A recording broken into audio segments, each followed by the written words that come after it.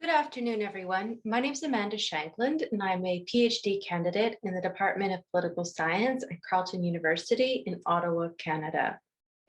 My research areas include environmental politics, food politics, climate change, and rural development. Today, I'm going to be giving you a lecture on sustainable agriculture. The lecture will be delivered in 6 parts. The first will give you a historical overview of sustainable agriculture. The second looks at the impacts of the Green Revolution. The third looks at climate and sustainable agriculture, as well as food security. The fourth looks at food sovereignty. The fifth will be on agroecology. And finally, I'll look at possible futures in sustainable agriculture. Now, first, I want to give you a bit of a historical overview, because in order to understand where we are, we first have to look at where we've come from. So in my discipline in political science, we often use what's called regime theory to make sense of the transitions that we've seen over the last century or so. So food regime theory is considered a Marxist approach to theorizing food systems. And it was developed in the late 1980s by 2 well-known food theorists, Harriet Friedman and Philip McMichael. The theory looks at the rise and decline of agriculture in countries in relation to the geopolitical history of capitalism. Food regime analysis is concerned with explaining, politicizing the role of agriculture in the construction and in the development of the world capitalist economy. So in the words of Friedman, a food regime is a rule-governed structure of production and consumption of food on a world scale. The authors go on to say that food regime theory links the international relations of food production and consumption to forms of accumulation broadly distinguishing periods of capitalist transformation since the 1870s. So what are these 3 food regimes? The first food regime is roughly from the period from 1870 to 1914. And in this period, the world was still dominated by Britain, but also the US was becoming a key player. This period is often referred to as early stage globalization. And it is a period that was characterized by cheaper and a more abundant food supply through what's called the logic of comparative advantage. Now, comparative advantage is essentially when countries grow crops in large quantities based on the growing conditions and also in the availability of labor in that area. And then they're able to export those crops.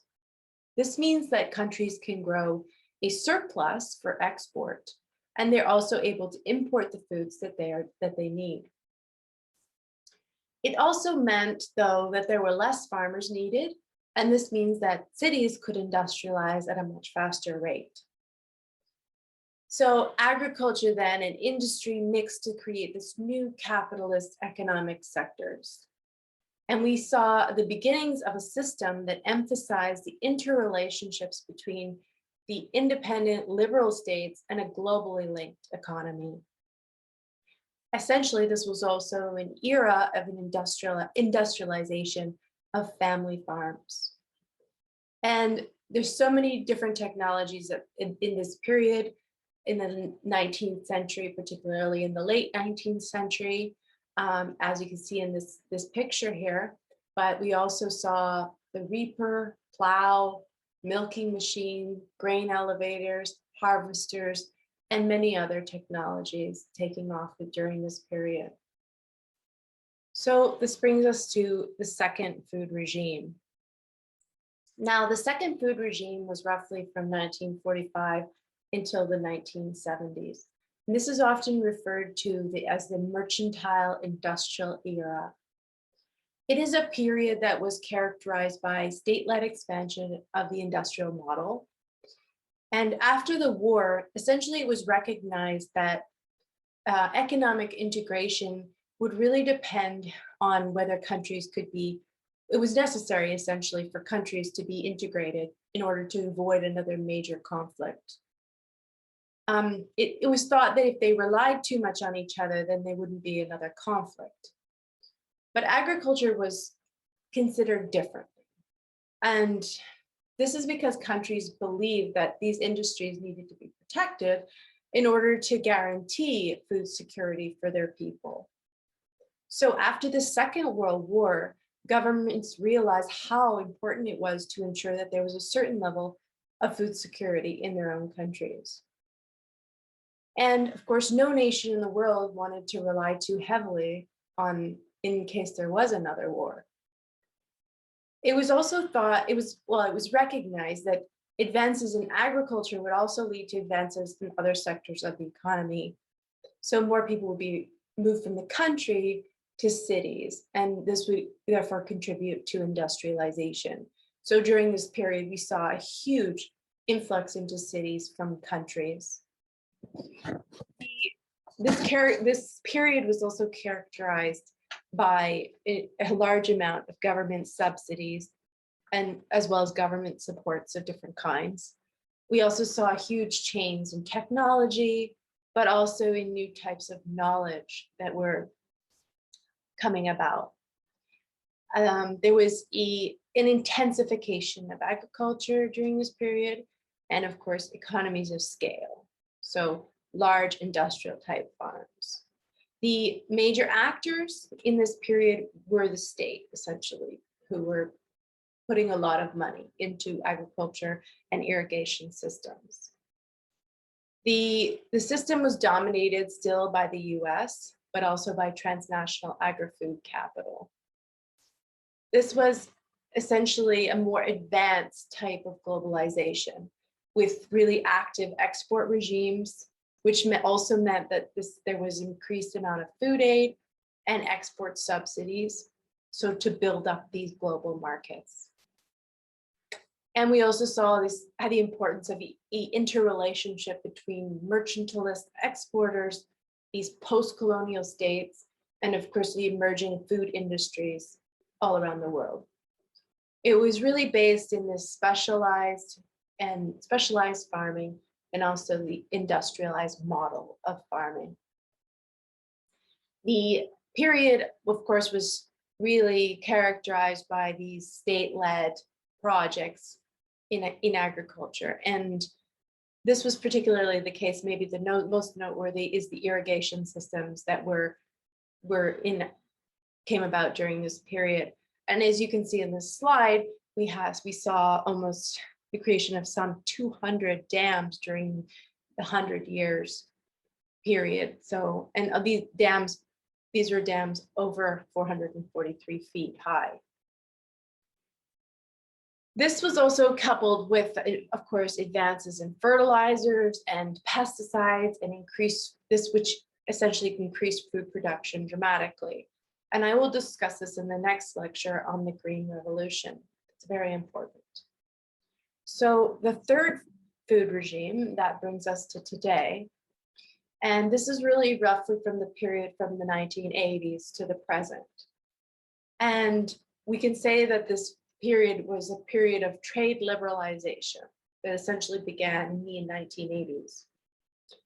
And the drive toward liberalization in agriculture was really pushed by the Americans in the 1980s and the 1990s, because they were growing a lot of grain and they wanted to increase their export markets.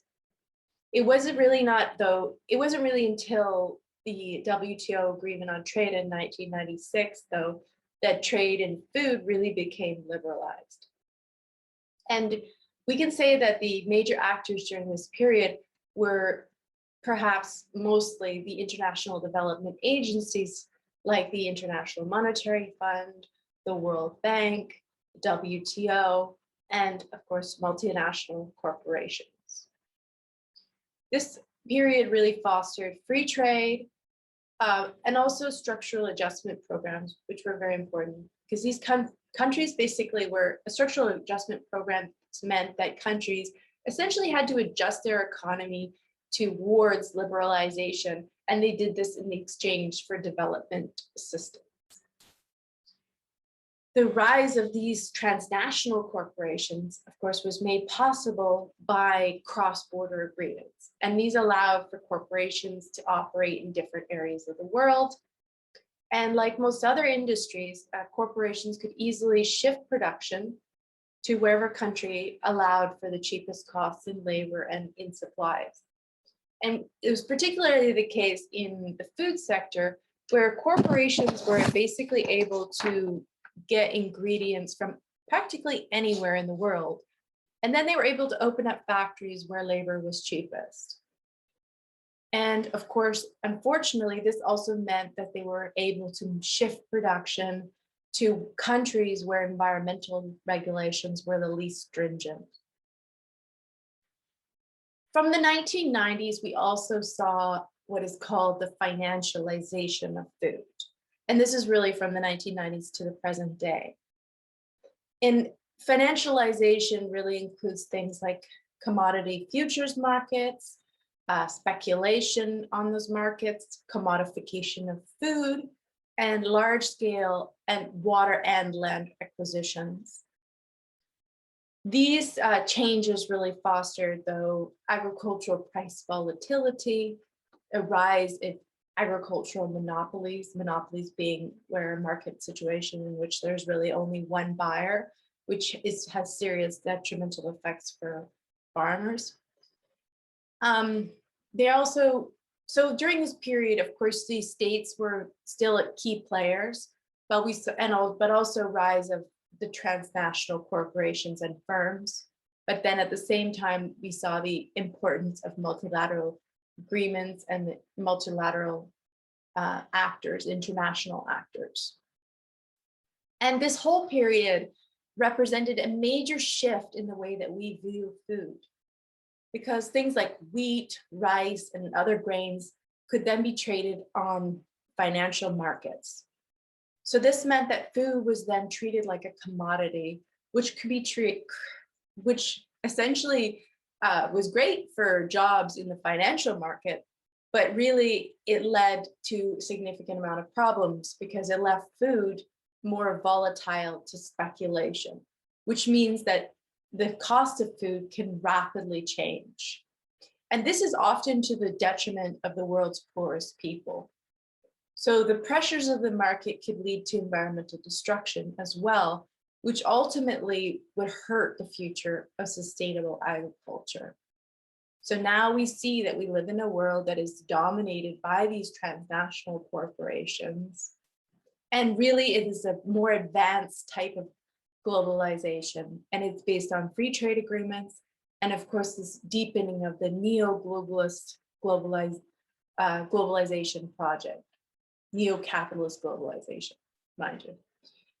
And also we see, of course, the greater connection between food and fuel economies. So the fuel economy is completely integrated into the agricultural economy.